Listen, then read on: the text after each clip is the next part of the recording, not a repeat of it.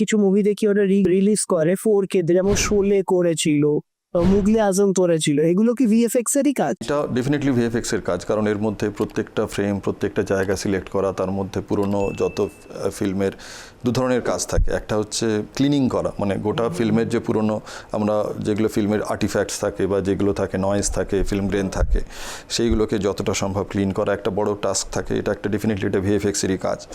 তার সঙ্গে ওটাকে যদি কোনো সাদা কালো ছবি হয়, যেমন শোলের ক্ষেত্রে এই ঝামেলাটা ছিল না, ওটা যেগুলো যেহেতু কালারে ছিল, কিন্তু মুঘলে আজম আমার ধারণা ওটা কালার করা হয়েছিল, ওটা ব্ল্যাক অ্যান্ড হোয়াইট থেকে কালারে করা হয়েছিল। সো ওই যে প্রত্যেকটা পার্টকে ধরে ধরে কালার করা, কি করে হয় ওটা? কি স্টেপ ওয়াইজ করতে হয়, মানে একটাকে ফ্রেম ফ্রেম ধরে করে করতে হয়? এখন তো এগুলো সফটওয়্যারের আলাদা আলাদা জায়গায় এসছে, কিন্তু হ্যাঁ মানে এটা কিন্তু প্রত্যেকটা জোন ধরে ধরেই করতে হয়। মানে তো তোর মনে বিরাট খাটনি হচ্ছে, প্রচুর রোটো আর্টিস্টদের মাথা খারাপ হয়ে যায়।